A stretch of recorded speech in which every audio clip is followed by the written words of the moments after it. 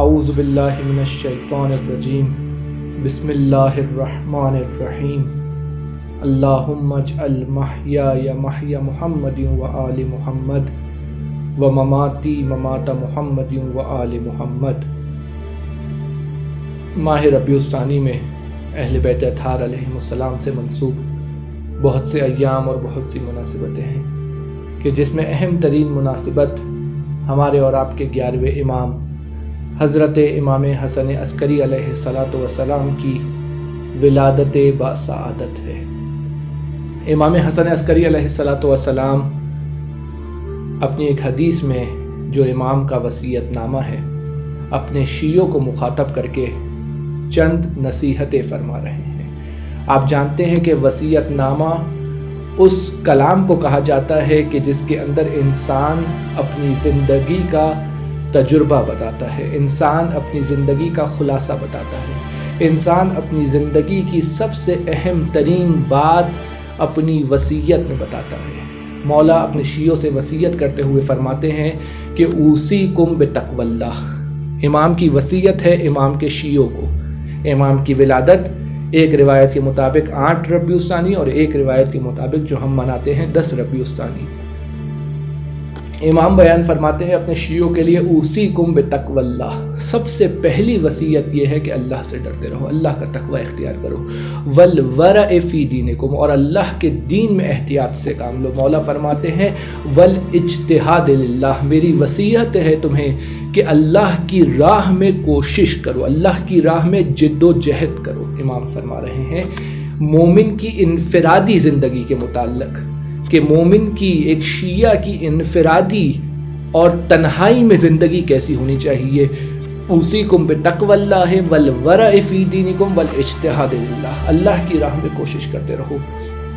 والصدق الحدیث، جب بات کرو تو سچی بات کرو۔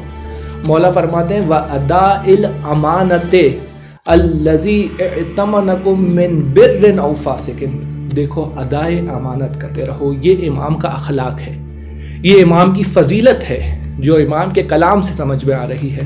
مولا فرماتے ہیں ادائے امانت کرتے رہو، جو بھی تمہیں امانت دے اس کو اس کی امانت اسی طرح پلٹاؤ، چاہے وہ فاسق ہو چاہے وہ مومن ہو، فرق نہیں ہے۔ اور میں تمہیں نصیحت کرتا ہوں، وصیت کرتا ہوں طول السجود، اللہ کی بارگاہ میں لمبے سجدوں کی وصیت کرتا ہوں، مولا فرما رہے ہیں۔ اور اب انفرادی زندگی سے آگے بڑھ کر مولا فرماتے ہیں اجتماعی زندگی کے بارے میں وحسن الجوارح، اطراف کے لوگوں کے ساتھ اچھا سلوک کرو۔ بہذا جاء محمد صلی اللہ علیہ وآلہ وسلم، یہ وہ دین ہے جو رسول اللہ لے کر آئے ہیں، یہ وہ دین ہے جو ہمارے جد لے کر آئے ہیں۔ مولا وصیت کرتے ہوئے فرماتے ہیں لوگوں کو ہم سے قریب کرو، صلو فی عشائرہم، دوسروں کی مسجدوں میں جا کر نماز پڑھو، وَآدُوا مَرْضَاهُمْ، دوسروں کی مریضوں کی عیادت کرو۔ مولا فرماتے ہیں وَاشْهَدُوا جَنَائِزَهُمْ وَأُودُوا مَرْضَاهُمْ وَأُدُّوا حُقُوقَهُمْ، ان کے مریضوں کی عیادت کرو، ان کے تشییع جنازہ میں شرکت کرو، ان کے حقوق کو ادا کرو۔ دوسرے مذہب دوسرے مکتب کے لوگوں کے ساتھ اچھا سلوک کرنے کی مولا وصیت کر رہے ہیں، اور مولا کہہ رہے ہیں جب تم ایسا کام کرو گے اور تمہیں دیکھ کر کوئی کہے گا فَقِيلَ هَذَا شِيٌّ فَيَسُرُّنِي ذَلِكَ، اگر تمہیں دیکھ کر کوئی یہ کہہ دے کہ یہ شیعہ ہے تو یہ بات ہمارے دل کو خوشحال کرتی ہے۔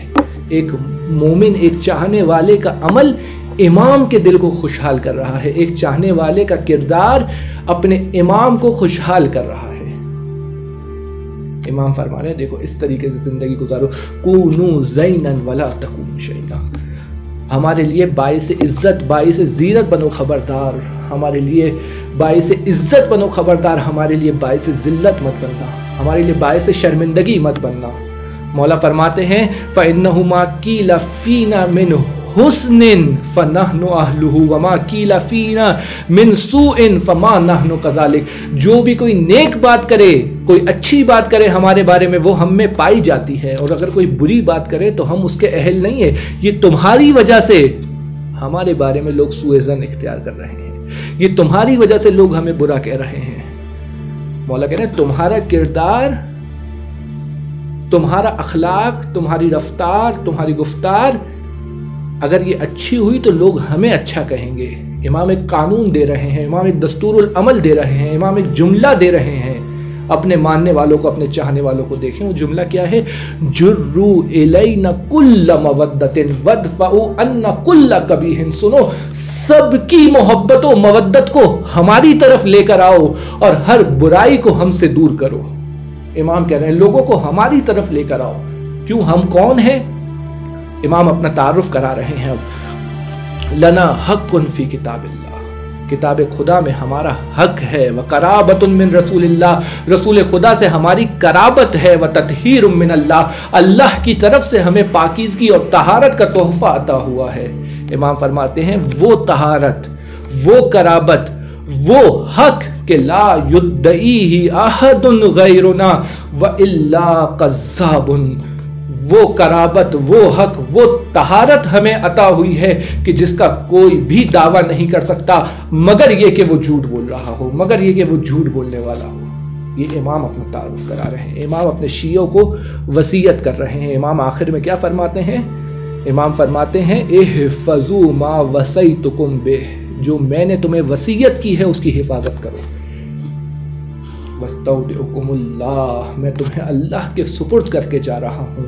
وقرؤ علیکم السلام، اور ہمارے شیعوں پر ہمارا سلام، ہمارے شیعوں پر سلامتی. یہ وہ مہینہ ہے کہ جس کی 4 تاریخ کو، 4 ربیع الثانی کو حضرت سید الکریم شاہ عبد العظیم علیہ السلام کی ولادت ہے.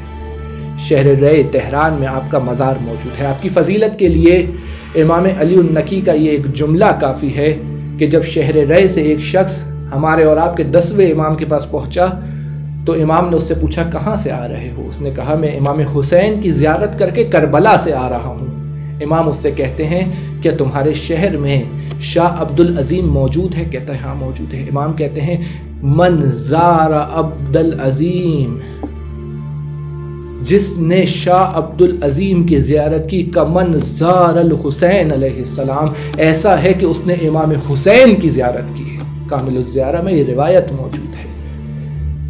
مولا فرماتے ہیں شاہ عبد العظیم کی زیارت کا ثواب ایسا ہے کہ جیسا سید الشہداء کی زیارت کا ثواب.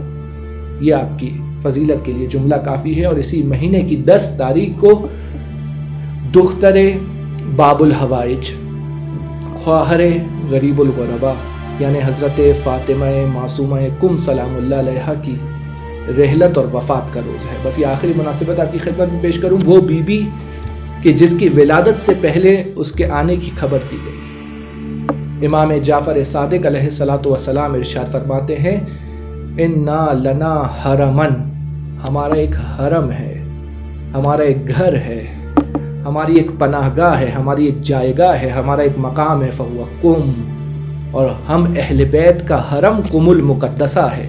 ستدفن فیہ امرأۃ من ولدیس تسمى فاطمہ، ان قریب یہاں پر ہماری ایک بیٹی دفن ہوگی کہ جس کا نام فاطمہ ہوگا. وہ فاطمہ معصومہ جس کی ولادت سے پہلے اس کی خبر دی جا رہی ہے. 6 امام فرماتے ہیں. 7ویں امام امام موسیٰ کاظم اپنی بیٹی کے بارے میں فرما رہے ہیں فداہا ابوہا، فداہا ابوہا، فداہا ابوہا، تیرا باپ تجھ پر قربان ہو جائے. امام معصوم فرما رہے ہیں. امام رضا فرما رہے ہیں منظار معصومہ کا منظارنی، جس نے فاطمہ معصومہ کی کم میں زیارت کی ایسا ہے کہ اس نے میری زیارت کی. امام جواد امام محمد تقی علیہ السلام ہمارے اور آپ کے 9ویں امام کیا فرماتے ہیں منظار امتی بکم فلہ الجنہ، جس نے میری پھوپھی کی کم میں زیارت کی اس پر جنت واجب ہے. ایک قید کے ساتھ کہ جو دوسری حدیثوں میں موجود ہے بحق کے معرفتہا، جو بی بی کی معرفت کا حق ہے اس حق کے ساتھ اگر کسی نے زیارت کی تو اس پر جنت واجب ہو جاتی ہے. اور بی بی کی فضیلت کے لیے امام رضا کا وہ ایک جملہ کافی ہے جو امام رضا علیہ السلام اپنی بہن کی زیارت میں فرما رہے ہیں. وہ کیا جملہ ہے؟ یا فاطمہ تشفعی لی فی الجنہ، اے فاطمہ جنت میں میری شفاعت کر دیجیے. جنت میں امام آپ سے شفاعت کی درخواست کر رہے ہیں. یہ بی بی کی فضیلت میں ایک جملہ کافی ہے امام کا. فَإِنَّ لَكَ عِندَ اللَّهِ شَأْنًا مِنَ الشَّأْنِ، اللہ کے نزدیک آپ کا ایک مقام ہے، آپ کا ایک مرتبہ ہے، آپ کی ایک شان ہے، آپ کی ایک منزلت ہے. اگر امام معصوم آپ کی بارگاہ میں آ کر شفاعت کا تقاضا کر رہے ہیں تو کیا مقام ہوگا اس بیوی کا کہ جس کی رحلت اسی مہینے میں 10 ربیع الثانی۔ آئیں پروردگار عالم کی بارگاہ میں دعا کرتے ہیں کہ اے پروردگار تجھے واسطہ محمد اور آل محمد کا، تجھے واسطہ اہل بیت اطہار علیہم السلام کا، ہمارے گناہان کبیرہ اور صغیرہ کی مغفرت فرما۔